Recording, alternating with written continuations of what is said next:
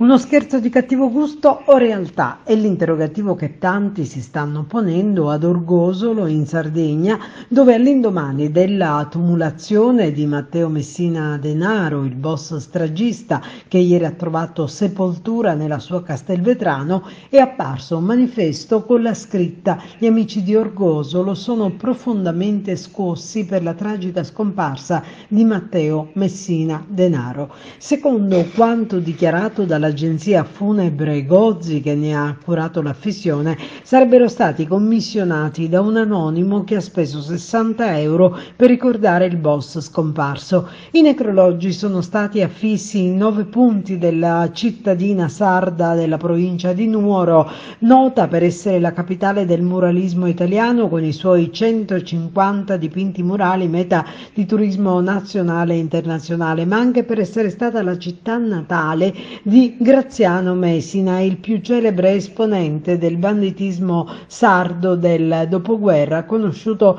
per le sue numerose evasioni.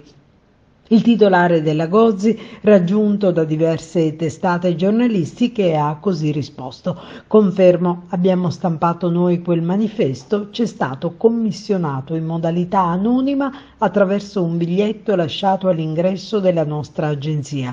Si è trattato di una goliardata, di questo sono sicuro».